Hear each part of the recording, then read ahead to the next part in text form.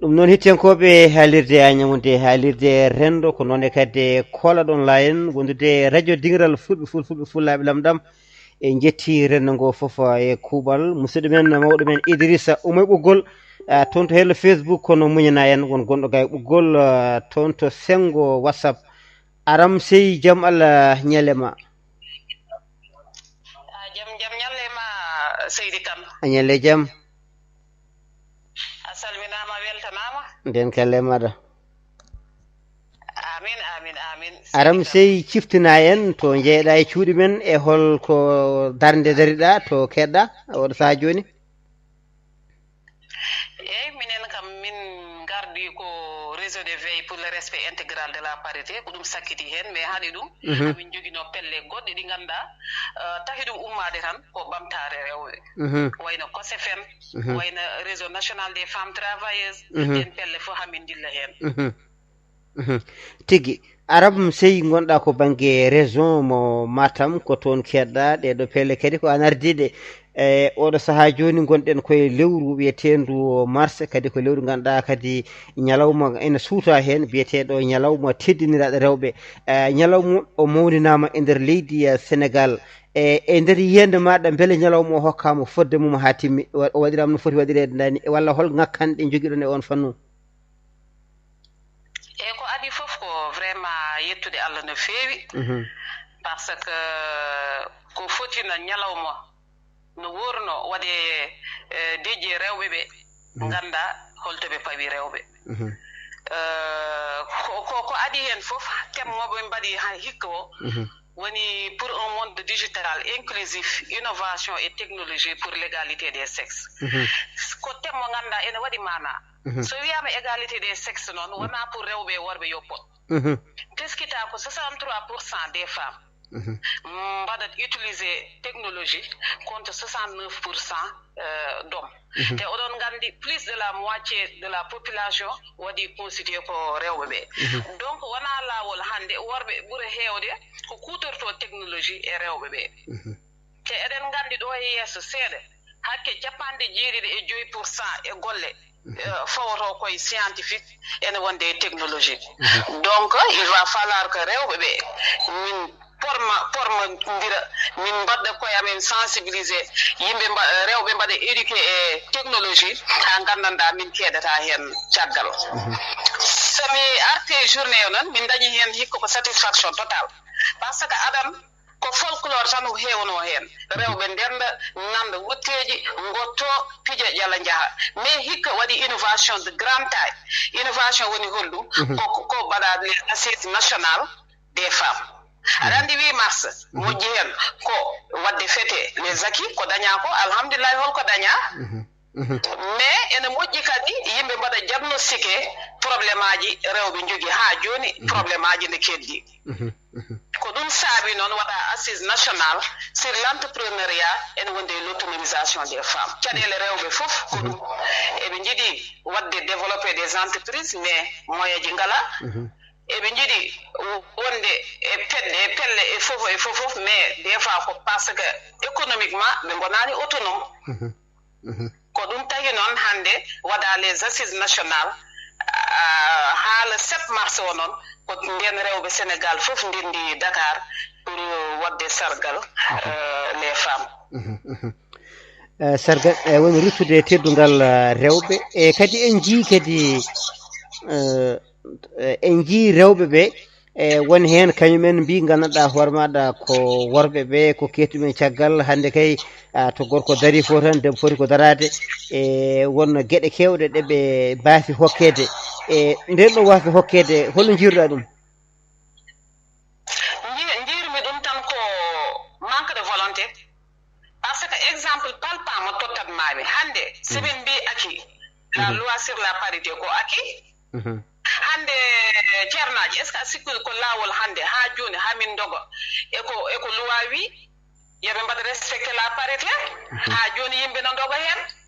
ha recours aji waɗa alhamdulillah ko yettere Allah au niveau de Matam kam bureau ji nana mbatte nana ɓamte ko ɓuuri hen welde kadi ko ministre des collectivités territoriales Mamadou Tall min mbaɗa mo remercier no fewi ko adi change de bureau mo kanko adi change bureau makko so rewina lawol ha joni min dogata ko ganda loi wi ko yo wadire nani ko heewi hen noon sa haali tan ɓe mbi rewɓe janggani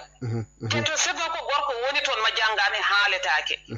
ɗum holli tan worɓe ɓe eɓe banki jogade volonté pour woppude rewɓe ɓe jetto to ɓe poti yettade to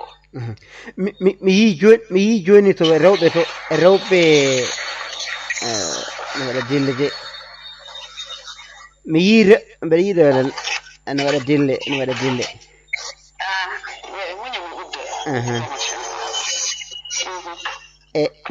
mi yi rewɓe ɓe no poɗiran to foddeji men ha keɓa ni